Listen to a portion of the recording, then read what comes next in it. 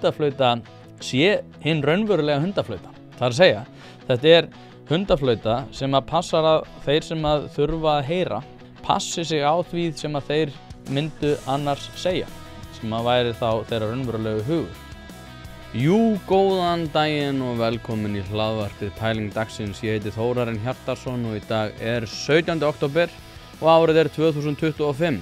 Nú eins og alltaf fyrir þá sem að hlusta á þetta almennri veitu, þá getið farið inn á partus.is/1pæling til þess að fá þennan þátt á undan öðrum og án auglýsinga.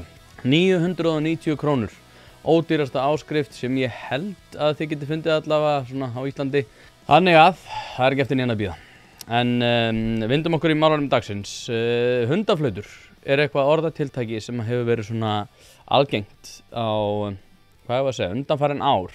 Minna núna í dag heldur en að svona almennt hefur tíðkast. Þetta hafi ekki verið svona kringum 2017 sem að þetta nær svona einhverjum alvöru byr í seglin segi ég. Og það það sem mig langar að ræða í dag. Og titill þessa hlaðars reyndar beint af Substack síðu Kolbeins H. Stefánssonar sem dósent við félagsvísindadeild Háskóla Íslands. En ég yfirfærði titilinn eins og hann leggur sig til þess að taka ekki neitt af honum og ástæðan einmitt fyrir þessum pistli sem ég að fara að ræða hérna í dag einmitt skrif hans sem að bar nákvæmlega þennan titil, hundaflautur og hugsanlestur. Og það sem frekar sérkennilegt þegar maður horfir á samræðu og svona umhverfið hér á landi.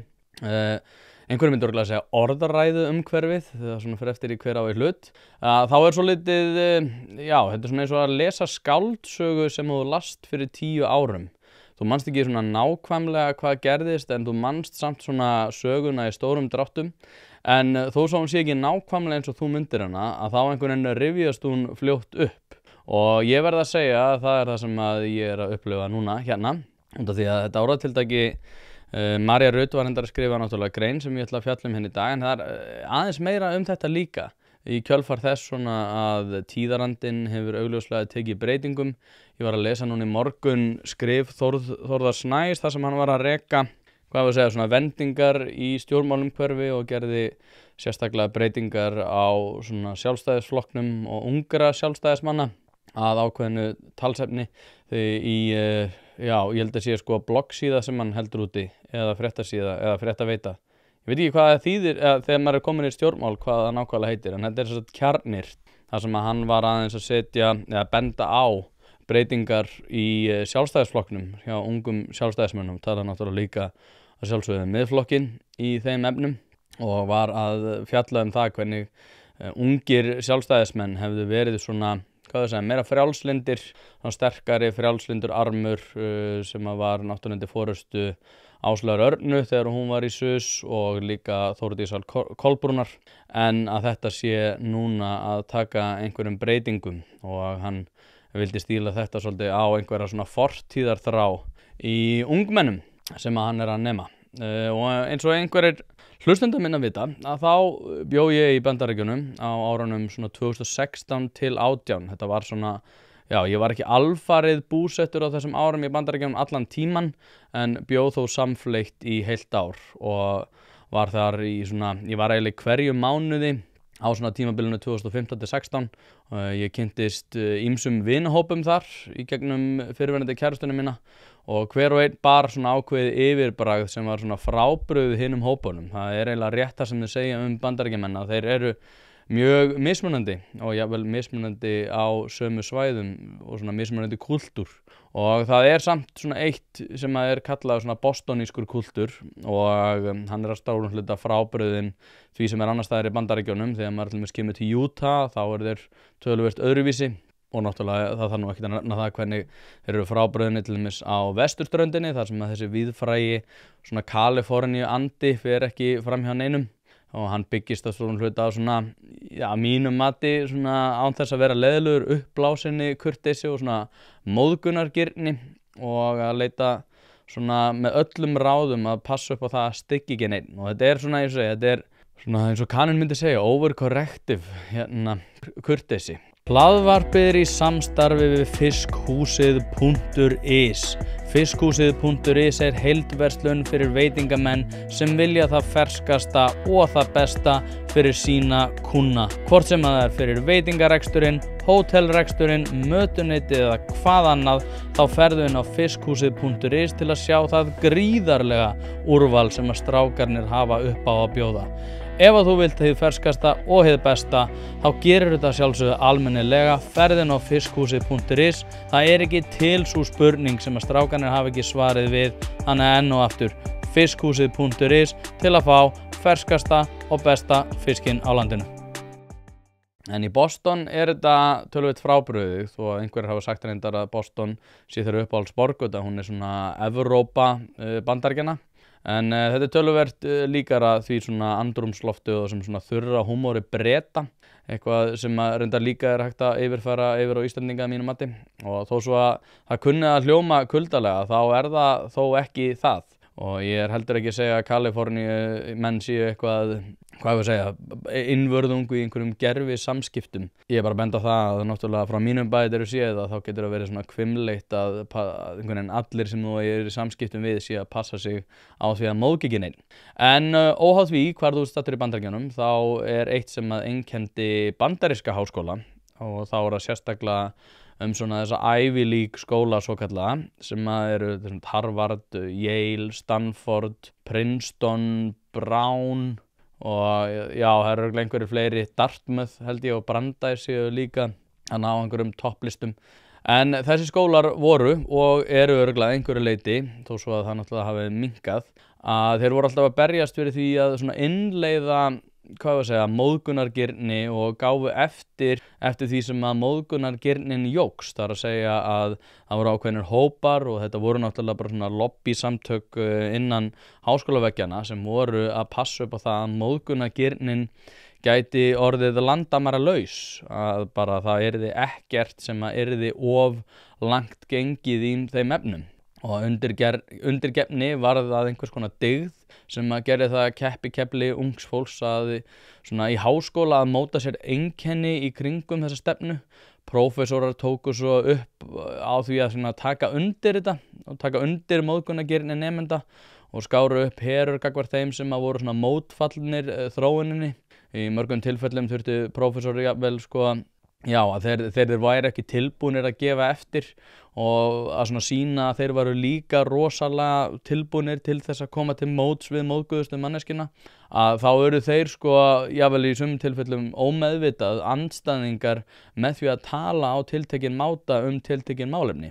Og það náttúrulega eins og Jonathan Haidt hefur fjallað og fleiri, Nicholas Christakis, Steven Pinker og aðrir sem eru svona ákveðnar neglur í þessum svona bestu skólum, hafa einmitt talað það, bara þeir sjálfkrafa gáfu eftir og fóru að kenna á annan máta og fóru að passa upp á það að tiltekin málefni kæmu ekki upp á í tímunum, ekki út af því að þeir hefðu eitthvað áhyggjur af því að það væru endilega nemendur, heldur að þeir væru ekki tilbúnir til þess að ræða ákveðin málefni út af því að það gæti verið nemandi eða einhverjir nemendahópar sem að jafnvel heyra að eitthvað tiltekið málefni hafi verið rætt sem að gæti þá gert mál úr því. Og þetta náttúrulega byggir á því að þeir voru, eins og þeir voru alltaf að passa sig að bera ekki eitthvað á borð sem myndi styggja hið viðtekna narratív, heldur væru þeir bara svona að breyta öllu sem að við kom þeirra stefnu í kennslu bara á undraskömmum tíma. Ég held að gerist Jonathan Haidt tímasettur þetta 2014, ég hef ekki til að vefengja það, en ég man að þegar ég kom svo í skólan 2016 þá var augljóslega áþreifanlegt hvernig þetta var og það var ótrúlega fyndið til þess að tala við prófessora í einrúmi eða eftir tíma eða annað, því að ég svolítið eins og ég og ég gekk svolítið langt í því að vera að styggja nemendur og því hvernig þeir voru að litin. Það voru sérstaklega náttúrulega ákveðnir svona lobbyhópar þeldökkara sem að voru rosalega pirraðir yfir því hvernig ég talaði og setti fram einhvers konar hugleiðingar að þeirra misfarir gæti ekki einvörðungu verið sett á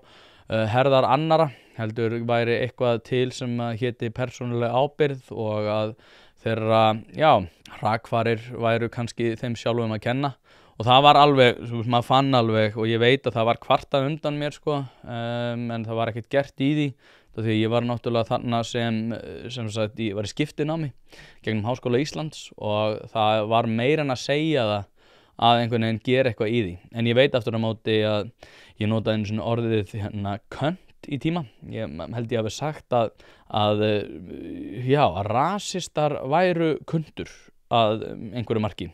Man nú ekki alveg, og ég var að leitast eftir því að sko benda fólki á það að til þess að takast á við rasista þá þyrftirðu að sýna fram á það hversu heimskulegar hugmyndir þeirra væru. Og það var einn sem að trylltist og hann hljóp út úr tíma í miðjum tíma og ég sagði bara, hann öskraði eitthvað á mig og ég sagði bara að ég vísaði til fyrstu málsgreinar stjórnarskrárinnar það að ég hefði tjáningafrelsi sama hvar það væri og sérstaklega hjá stofnun sem hefði þegið opinbera styrki eins og flestir háskólar gera náttúrulega einhverju marki. Og hann alveg trylltist sko og fór út í tíma og kom svo aftur og trylltist aftur, en ég lét það nú ekkert á mig fá. Hann endaði svo reyndar á því að biðjast fyrirgefningar og ætlaði svo til þess að ég myndi líka biðjast fyrirgefningar sem ég gerði ekki og þá einhvern veginn var hann aftur pirraður.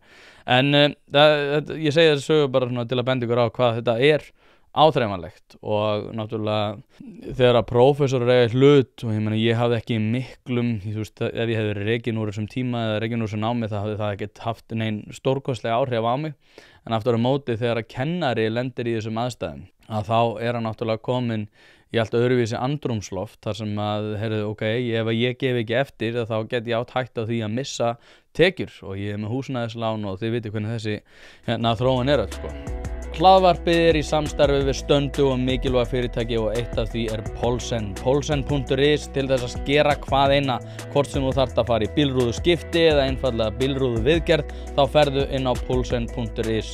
Ef það er stjarna í framrúðinni þá bara bókaru tíma á heimasíðunni, ferð með hann og hann er tilbúinn samdægurs. Ekki vera með stjörnu í bílrúðinni, Poulsen.is, láttu græja rúðuna strax í dag. Hlaðvarpið er í samstarfi við fyrirtæki sem hafa sett svip sinn á íslenska menningu og eitt þeirra eru Bæjarins bestu pylsur. Ég og þú vitum alveg að þegar við fáum okkur pylsur sem er ekki frá Bæjarins bestu og þá vildum við að svo væri. Það segir það í orðinu, þetta eru Bæjarins bestu pylsur. Þið vitið það, ég veit það, skellið þessu hlaðvarpi í eyrun, farið á næsta sölustað og kaupið ykkur tvíhleypu ásamt einhverju góðu að drekka. Þetta er náttúrulega eitthvað sem hefur eyðilagt skólana að innan í Bandaríkjunum og ég man að þegar ég var í þessu námi við skóla sem heitir Lesley University og er staðsettur við hliðin á Harvard að þá hugsaði ég með mér ekki bara í þessu dæmi sem ég var að nefna núna áðan heldur bara í gríð og erg að þessi þróun væri með öllu ósjálfbær og væri bóla sem að myndi að lokum springa. Ég hóf þetta nám í janúar 2016 rétt viku áður en að Donald Trump tók við embætti í fyrra skiptið og það var rosalega áhugavert. Ég var mjög spenntur fyrir því að fara í þetta nám út af því að það var svo áhugaverður tíðarandi að Donald Trump væri komin þannig í embætti. Það var allir rosalega stressaðir einhvern veginn. Töldu ekki náttúrulega einhvern veginn að væri fara að taka af þeim einhver réttindi og það var rosalega einkennilega orka. En ástæðan fyrir að mér langaði að segja ykkur þetta var bara að ég held að þetta sé ekki að öllu ótengt því sem að hefur verið að gerast í sambandi við hugtakið hundaflauta og það náttúrulega notar þetta enginn í Bandaríkjunum lengur í dag út af því að náttúrulega þetta tól er náttúrulega með öllu eitthvað sem að ég segi, þetta var ósjálfbær bóla sem að sprakk og nú er þessu lokið sem betur fer.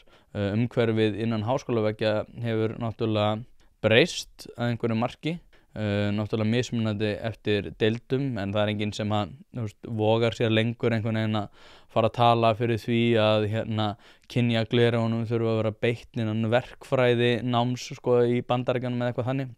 Með þetta í huga þá skulum við víkja okkur að pistli Kolbeins H. Stefánssonar sem er, eins og ég sagði áðan, dósent við félagsvísindadeild Háskóla Íslands og til að byrja með að langar mig að fjalla Kolbein persónulega og ég vona að hann verði ekki pirraður út í mig fyrir það að gera það, en það sem er merkilegt við hann er að hann er eini prófessorinn sem að svona virkilega tekur eftir allavega, ekki prófessor, dósent, kennari við félagsvísindadeild sem að hefur svona opinberlega komið fram með sína skoðanir svona andstæðu sjónarmið allavega að einhverju marki gagnvart réttrúnaðinum og þá sérstaklega í samhengi við háskólann. Og svo þetta misskilist ekki, þá ég ekki að segja að það sé ekki fullt af fólki sem innan félagsvísindadeilda Háskóla Íslands sem aðhyllist sko ekki réttrúnaðinum, þar að segja það eru margir sem eru á móti honum.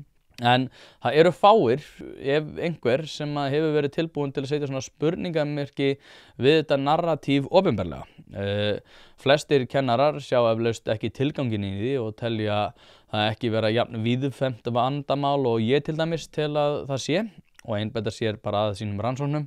En Kolbeinn, tel ég í það minnsta, hefur svona með við skrif hans tekið þá stöðu að hann telji að þetta sé vandamál og hann lætur það í ljós með sínum umræðum hundaflautu. Og þetta orðatiltæki og ástæðan fyrir því ég var að nefna veru mína í bandarískum háskólum að þetta var einmitt sko orðatiltæki sem að náði rótgróinni festu í bandarískum háskólakúltúr og var svona rosalega miðlægt hugtak í öllu sem að við kom einhvers konar gagnrýni á stjórnmálastefnu, á efnahagsstefnu, á svona menningarmál og annað.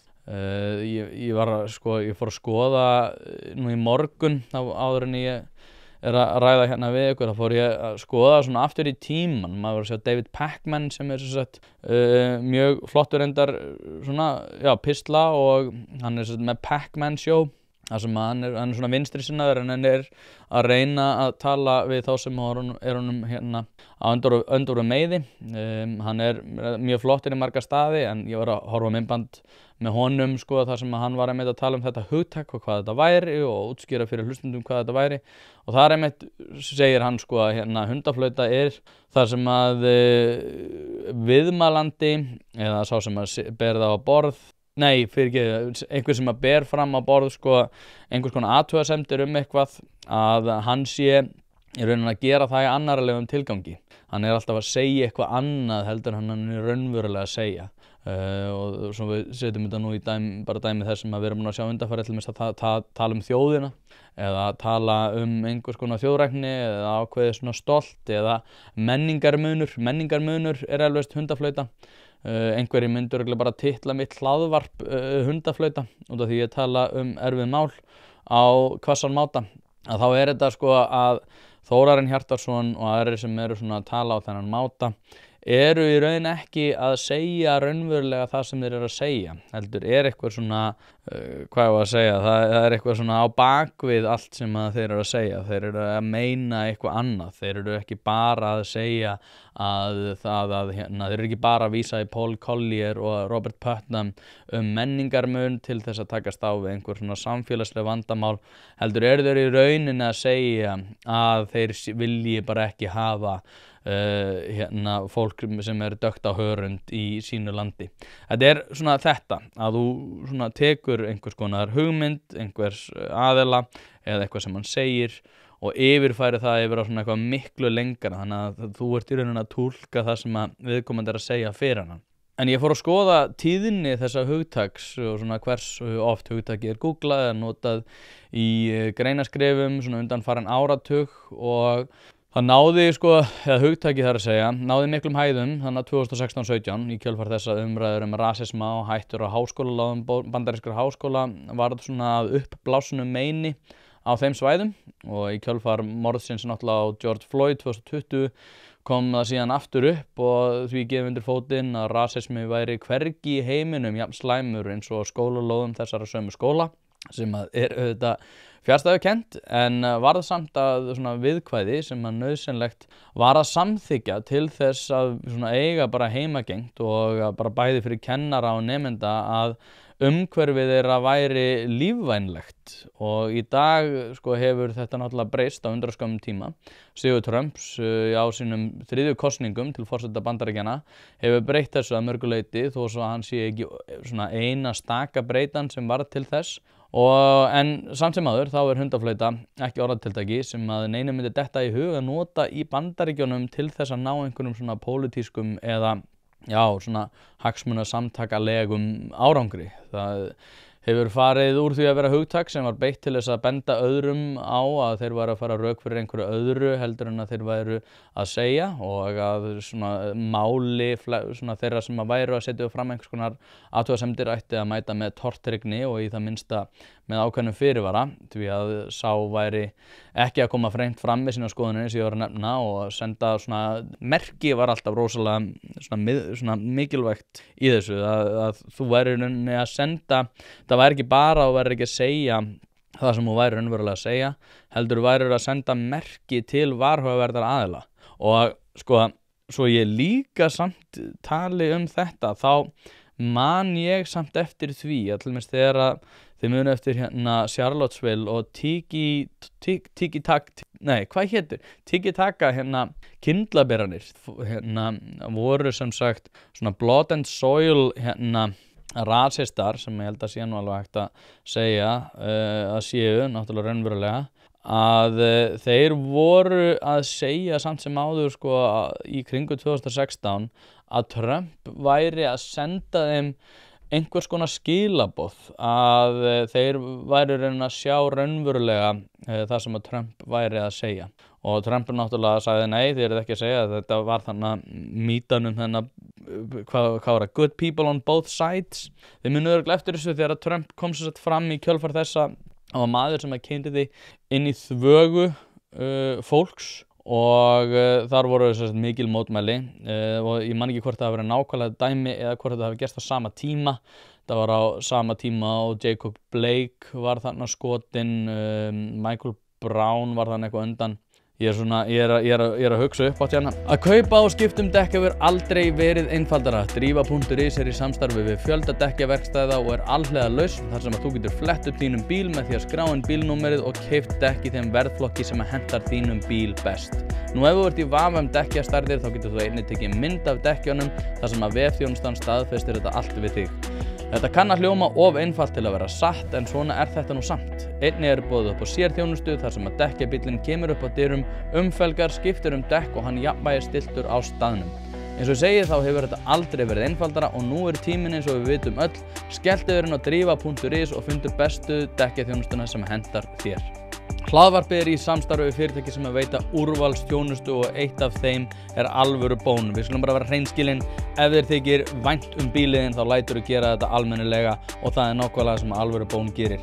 Fer með bíliðinn, hvort sem það eru alþrif, djúphreinsun, mössun eða hvað eina, þá skellur þér á alvöru bón og lætur degra við bíliðinn. Farðu inn á vefsíðuna og tryggðu þér 10 tíma klippikort, þá þarftu bara ekkert að vera að pæla í þessu. Alvöru bón, kíkið á þetta, þið verðið ekki fyrir vonbrigðum.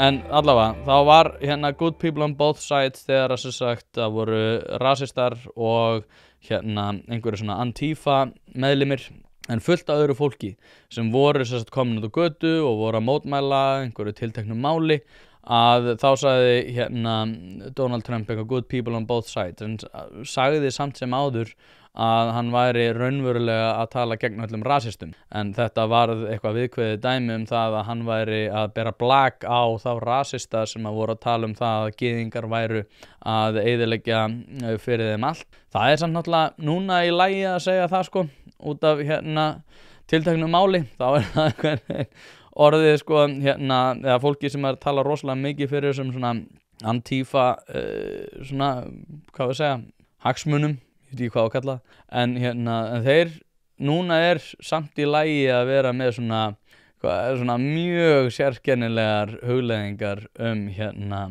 gyðinga en það svo sem önnur saga já ég komin út fyrir efni hérna aftur að pistli Kolbeins eins og hann orðar það svo vel í sínum pistli svo ég vitni beint í hann að þá útskýrir hann hugtakið svona hugtakið hundaflaut eða hundaflauta hefur aðeins verið að rata inn í umræðina.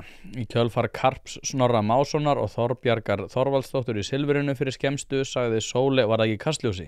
Sagði Sóli Tómasdóttir til dæmis uppgangur haturs gagnvart minnihlutahópum á sér nú stað í formi sem kallast hundaflaut. Sóli skaut sér reyndar snyrtilega undan því að svara því hvort Snorri Másson hefði blásið í hundaflautu þegar hann fullyrt á dögunum að kynin væru bara 2 en sagði þó Ein aðferðin var að stunda hundaflaut Ein aðferðin við að stunda hundaflaut að spyrja spurninga í ákveðnum tilgangi. Þetta getur verið spurningar eins og eru til fleiri en 2 kyn, á að vera jafnréttis fræðsla í grunnskólum. Þetta eru spurningar þar sem að fólk leyfir sér að spyrja til að ala á andúð gagnvart jaðarsettum hópum. Og þetta eins og ég segi, sko, þetta er það sem ég var einmitt að ræða áðan, það sem að við erum svona með þetta er eins og að fylgjast með skáldsögu fyrir 10 árum. Það myndi engum dett í hug að setja þetta svona fram nema Sóley Tómasdóttir. En já, hann sem sagt, ég fór aðeins undan mér hérna er sem sagt hann að útskýra þetta hugtak. Hugtaki hundaflaut eða hundaflauta vísar í flautur sem gefa frá sér hljóð á svo hárri tíðni að aðeins hundar heyra og bregðast við. Slíkar flautur hafa til dæmis verið notaðar til að stjórna hundum í smalamennsku. Í opinberri umræðu vísar hugtaki hins vegar til mælsku bragðs að segja eitthvað sem að hljómar meinlaust en þau sem vita að það er verið að segja eitthvað annað og verra. Hvernig virka hundaflautur? Hundaflautur í opinberri umræðu eru raunverulegt fyrirbæri. Þegar að fólk segir eitthvað eins og ég vil styðja við hennar hefðbundnu fjölskyldu er mögulegt að það meini ég vil draga úr hjúskaparréttindum samkynhneigðra, það að banna pólísambönd, ég vil þrengja að einstæðum foreldrum fremur en ég vil úrræði sem bæta lífsgæði foreldra í hjúskap. Hvort þú heyrir að ræðist samkvæmt hundaflautukenningunni af því hvort þú sért hundur eða ekki. Það er þó mikilvægt að hafa í huga að þó eitthvað sé nothæft sem hundaflauta er það ekki þar með sagt að það sé alltaf óhjákvæmilega notað sem slíkt. Það er nefnilega mögulegt að einhverju vilji styðja við hefðbundnu fjölskylduna án þess að það beinist sérstaklega til dæmis að hjúskaparréttindum samkynhneigðra. Frá sjónarhorni viðkomandi gæti hugtakið hefðbundin fjölskylda einfaldlega þýtt par með börn og þannig rúmað samkynja pör ekki síður en pör af sitthvoru kyni. Það er einmitt þetta sem að gera það vand með farið að saka fólk hundaflaut. Það er ekki nóg með það að fólk segi eitthvað eða spyrji tiltekinna spurninga, heldur verður það að vera gert í ákveðnum tilgangi, eins og Sóley Tómasdóttir bendir réttilega á. Og svo fer hann reyndar ágætlega yfir 4 rökvillur og ég ætla ekki að lesa þetta allt en þetta er náttúrulega bara eins og hann nefnir enda síðar í pislinum að hugtök eru notuð sem ákveðin vopn á sama tíma og það er mikilvægt að hafa í huga að hundaflautur eru mælskubragð sem stundum er notað líka ástæða til að vera á varðbergi þegar að það er borið á einhvern að vera að blása í slíka. Slíkar ásakanir geta nefnilega líka verið mælskubragð sem eru beitt til að stoppa umræðu og sverta mannorð þeirra sem að þær eru bornar á. Og það er þetta sem að mér finnst náttúrulega að vera mikilvægasti punkturinn í þessu út af því að það er eitthvað við þetta ég veit ekki hvernig að útskýra, það er eitthvað þarna sem að strýkur manni augljóslega vitlaust út af því að þetta er ekki notað að mínu mati rétt við nánast nein tilvik. Þetta er bara til þess fallið einmitt að slökkva umræðu eða að sjá til þess að þú þurfir ekki að vera að færa rök fyrir þínu máli. En ástæðan fyrir því að Kolbeinn gerir þetta náttúrulega umræðefni voru líka náttúrulega önnur pislaskrif þingmanns Viðreisnar þar sem að hún fjallaði einnig hugtakið og María Rut skrifar sem sagt stuttan pistil þetta mál og þetta er pistil sem að ber heitið hið íslenska hundaflaut. Er það ekki rétt um mér? Hið íslenska hundaflaut og þar sem sagt fjallar hún þessi mál og þetta er svona mynd, þetta er grein sem er birt á DVF og skartar mynd af Donald Trump efstablaði og hún segir í upphafi þessa pistils það sem hefur einkennt pólitískan spuna síðustu ára eru hundaflautur. Það hljómað ekki hátt en eru hannaðar til þess að kalla fram ákveðin viðbrögð hjá ákveðnum hópum. Þannig eru hlutir sagðir undir rós til að espa upp tiltekinn hóp samfélagsins. Reagan talaði bótadrottninguna, welfare queen, breskir einangrunarsinnar vildu ná völdunum aftur, take back control, þegar þeir börðust fyrir Brexit og svo kom Donald Trump nánast eins og eitt langt hundaflaut, hverju segi ég langt, ég hljóma eins og hérna Heimir Már, eins og eitt langt hundaflaut í mannsmynd. Hönnuður flautarinnar var Steve Bannon, hugmyndafræðingur alt-right-hreyfingarinnar og arkitekt menningarstríðsins sem nú stendur yfir. Hlutverk Bannon var að móta pólitíska frásögn sem kallar á reiði og sundrungu byggða á hugmyndum þjóðernishyggju, andstöðu við elítuna, fjölmiðla og alþjóðavæðingu.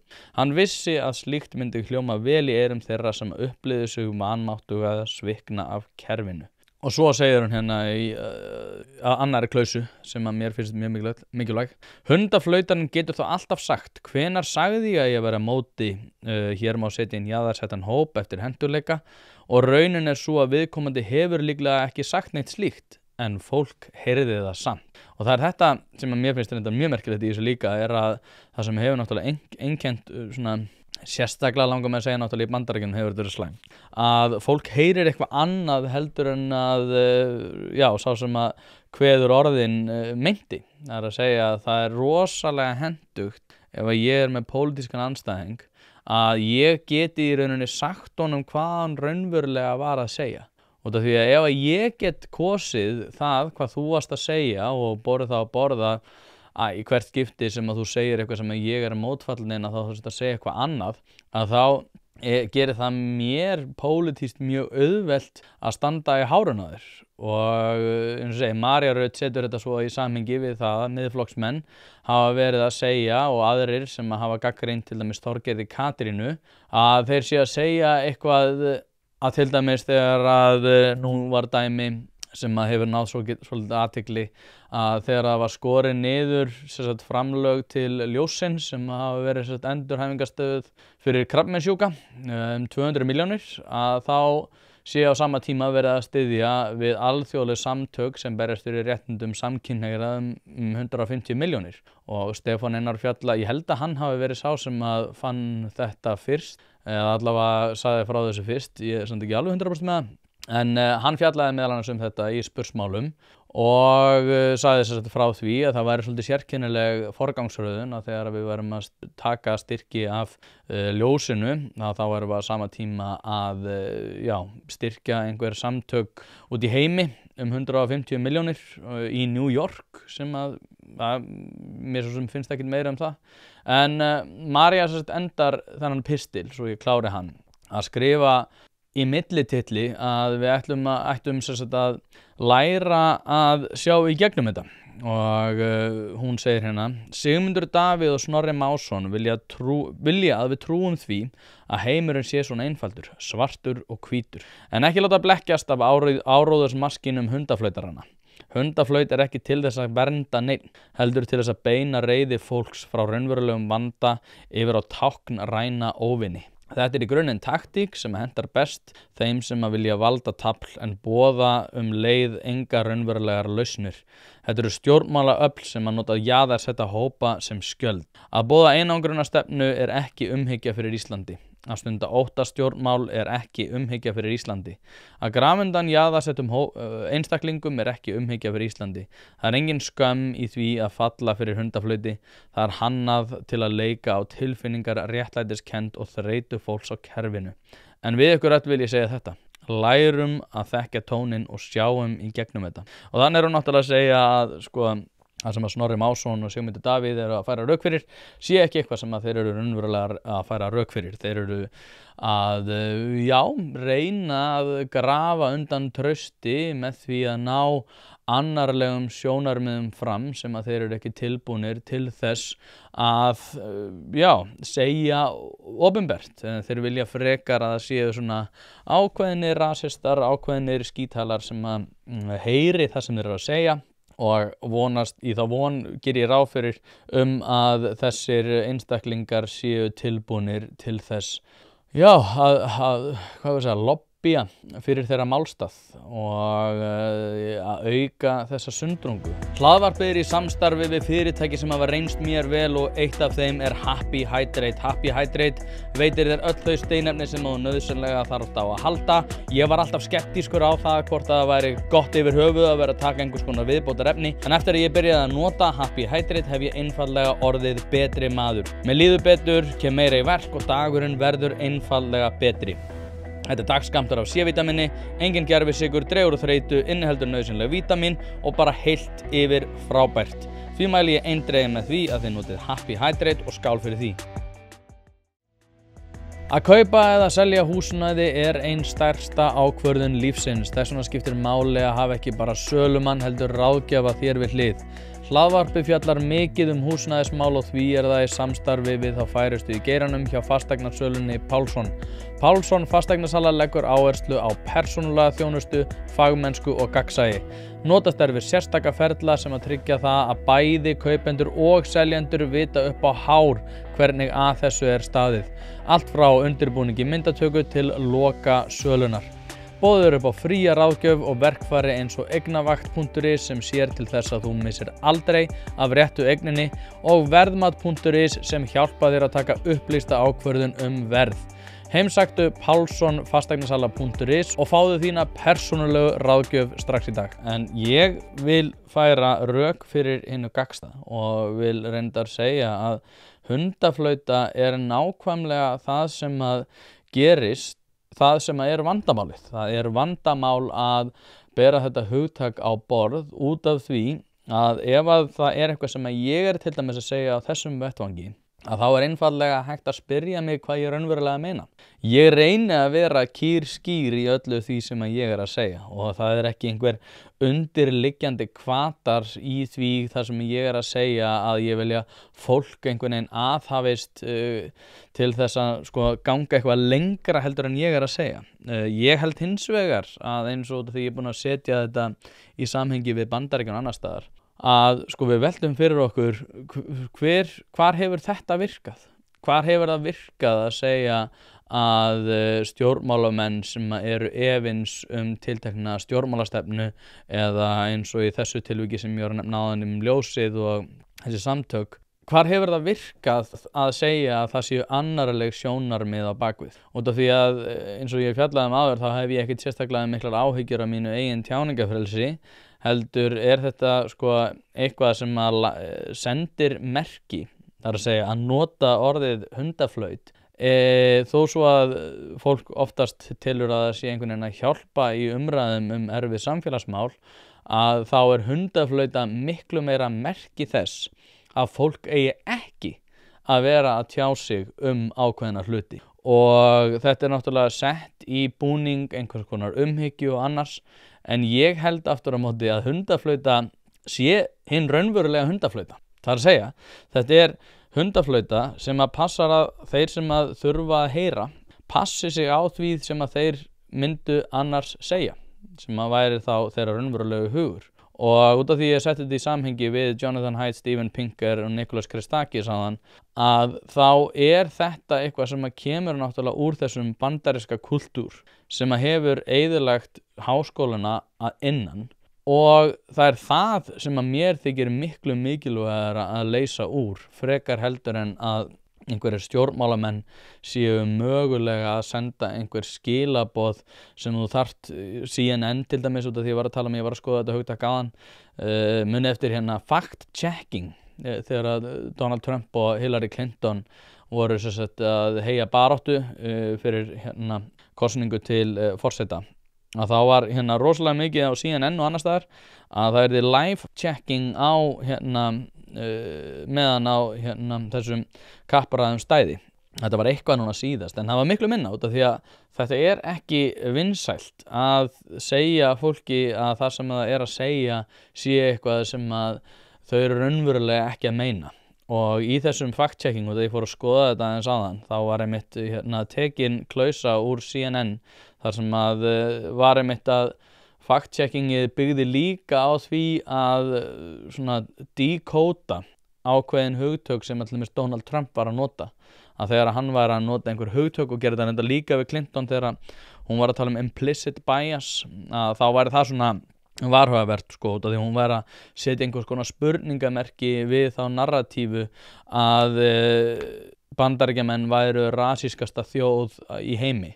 Og þrátt fyrir það að ég sé náttúrulega, eins og ég er búinn að fara yfir þessum pistli mótfallin hugtakinu sjálfu, að þá tel ég líka að þetta praktíska eðli þess sé eitthvað sem að vinni gegn hagsmunum þeirra sem eru líklegastir til þess að nota, því að þetta sko torveldar okkur og öðrum sérstaklega, ekki mér en sérstaklega öðrum, að torveldar að eiga samræður erfið mál sem að samt nauðsynlega þarf að segja og ræða.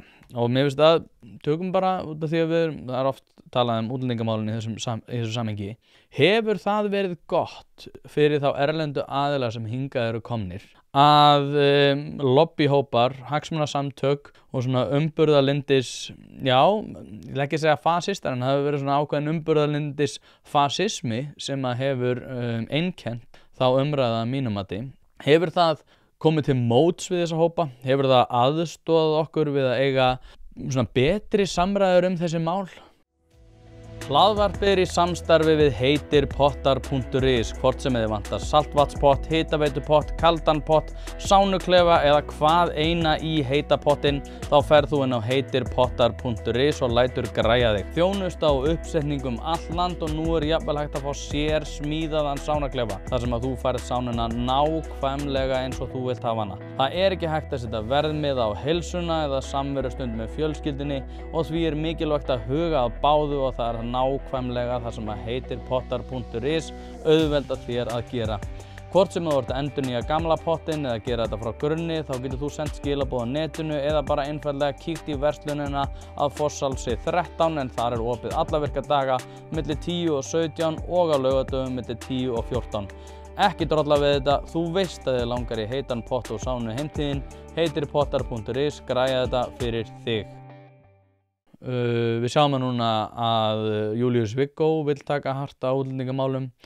Maður heyrir í rauninni aldrei í neinum, sama hvað hann er staðsettur á henni pólitíska litrófi, að hann hafi minni áhyggjur af útlendingamálum heldur en hann hafi gert í lengri tíma. Það er enginn sem hefur minni áhyggjur af útlendingamálum, en þú veitir mjög mikið af fólki sem hefur meiri áhyggjur af útlendingamálum og kannski er það bara út af einhverjum hundaflautum eða öðru. Viðreisn náttúrulega ætlaði rosalega mikið að halda því í skefjum að takast á við þessi vandamál. Svo þegar Þorbjörg Sigríður er komin í dómsmálaráðuneytið, þá náttúrulega kom bara pislaskrif það sé bara verið að fara að rífa í handbremsun á þessu. Það eru komin að lífeinkennis vélar á Leifsstöð. Minnst ótrúlegt reyndar að ofangreindir lobbyhópar hafa ekki verið að benda á þetta. Þetta er langstærsta breyting á öllu sem viðkemur landamæraeftirliti og útlendingamálum sem hefur átt sér stað í allavega áratug. Og þetta eru mjög markverðar breytingar og munu koma til með að bæta stöðuna allavega frá mínum bæjardyrum séð. En það er eitthvað við þetta orðatiltæki, hundaflauta, sem að hefur náð að svona passa upp á að við séum ekki eiga svona erfiðar samræður. Þið þekkið þetta eflaust á svona, hvað ég var að segja, fyrir einhverjum árum kannski, að ef þið voru að vinnustað, þá var alltaf ein manneskja sem svona, hún var ekkert pirruð út í fyrir að vera að segja einhverja hluti eða tala á tiltekinn máta, heldur svona manneskjan sem sagði, já, við tölum samt ekki svona lengur. Já, við notum ekki þessi hugtök og þetta getur nú samt, þetta er svolítið hundaflauta hjá þér. Maður veit alveg hvaða mannesku er að ræða.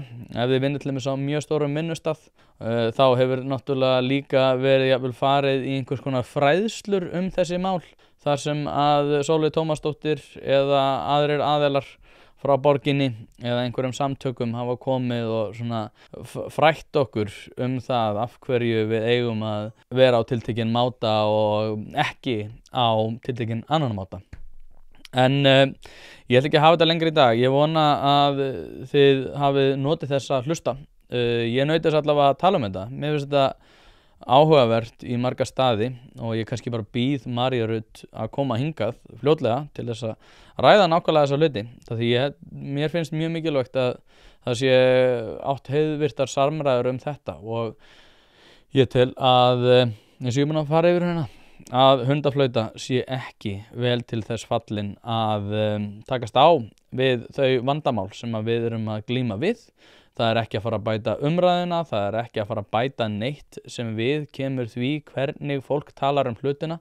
Því að þegar að skoðanakúgun er beitt, og ég tala nú ekki svona tjáningar, skerðingar, að þá kemur það bara tilbaka með offorsi og það er eitthvað sem við erum náttúrulega að sjá í dag. En ég vona að hafa það gott, það er föstudagur, njóti helgarinnar, kæru áskrifendur. Þið sem eruð að hlusta á þetta í opinberri veitu, eruð ekki að hlusta á þetta á föstudegi, aldrei á einhverjum öðrum degi. Og þið eigið náttúrulega að fara inn á partus.is/einpæling til þess að fá þennan þátt á undan öðrum og á aðeins 990 krónur. Allt efni sem að ég bý til, bæði hlaðvarpið Ein pæling og pæling dagsins. En fleira var það ekki í dag. Takk kærlega fyrir að hlusta og þangað til næst.